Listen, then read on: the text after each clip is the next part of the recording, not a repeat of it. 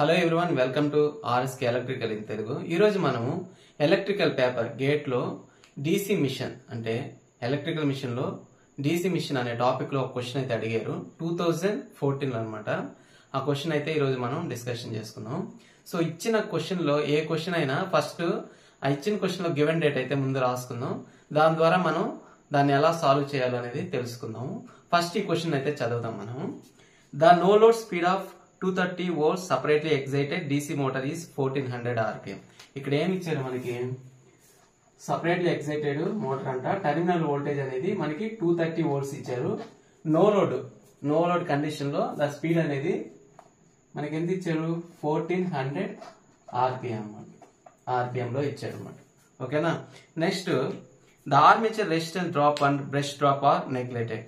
Armature resistance అనేది ఓకేనా IARA drop అనేది 0 అంట. At the same time brush drop అనేది కానీ 0 అని మనకి ఇచ్చిన క్వశ్చన్లు అయితే ఇచ్చారు. The field current is kept constant at rated value. అంటే ఫ్లక్స్ అనేది కానీ కాన్స్టెంట్ అనమాట. ఓకేనా, ఫ్లక్స్ అనేది కానీ కాన్స్టెంట్ అయితే ఇచ్చారు. And the torque of the motor newton metre for an armature current of 8 amperes.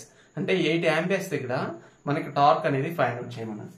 8 amperes ఉన్న కండిషన్ లో హౌ మచ్ టార్క్ అనేది ఫైండ్ అవుట్ చేయాలి. ఫస్ట్ ఆఫ్ ఆల్ ఇచ్చిన గివెన్ డేటాలో బ్యాక్ ఈఎంఎఫ్ అనేది ఫైండ్ అవుట్ చేద్దాం. ఓకేనా, ఇది ఏం మోటార్? ఇంతకి సపరేట్లీ ఎక్సైటెడ్ డిసి మోటార్ అన్నమాట. ఇచ్చిన మనకి మోటార్ అనేది separately excited DC motor. So మనకి ముందు బ్యాక్ ఈఎంఎఫ్ అనేది ఫైండ్ అవుట్ చేద్దాం.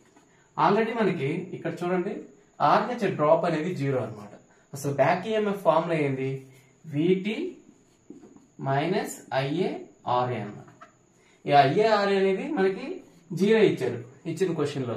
సో బ్యాక్ ఈఎంఎఫ్ అనేది ఓన్లీ టెర్మినల్ వోల్టేజ్ అనమాట. ఎంత మనకి టెర్మినల్ వోల్టేజ్?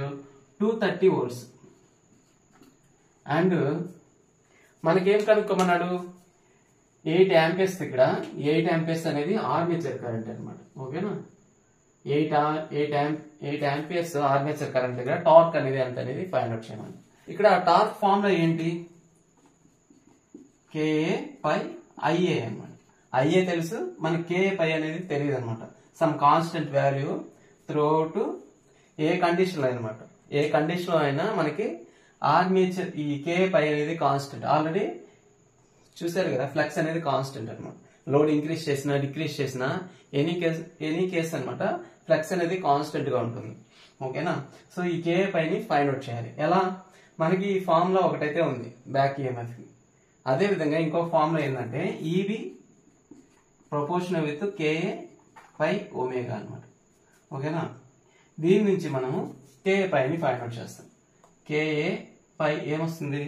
ఒమేగా ఇకపోతే equal to EB by omega అనమాట. సో దీని నుంచి EB ఎంత వచ్చింది మనకి? 230 volts. ఒమేగాని ఎలా రాసుకోవచ్చు అంటే 2πn బై 60 అనమాట. సో 230 బై 2π, ఈ 60ని పైకి తీసుకోపోదాం. సో 60 ఇక్కడ వస్తుంది.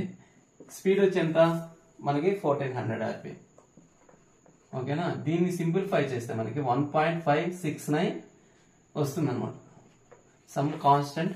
ఈ ఫ్లక్స్ అనేది త్రూ అవుట్ లోడ్ ఇంక్రీజ్ చేసినా డిక్రీజ్ చేసినా మనకి ఫ్లక్స్ అనేది ఇంతే ఉంటుంది అనమాట, ఈ కాన్స్టెంట్ వాల్యూ అనేది.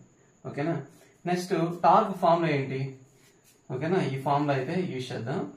సో KA పై వచ్చి మనకి 1.569 వచ్చింది ఇంటూ IA. ఆర్మేచర్ కరెంట్ ఎక్కడ ఫైండ్ అవుట్ చేయమన్నాడు? 8 amperes దగ్గర. So 8 amperes.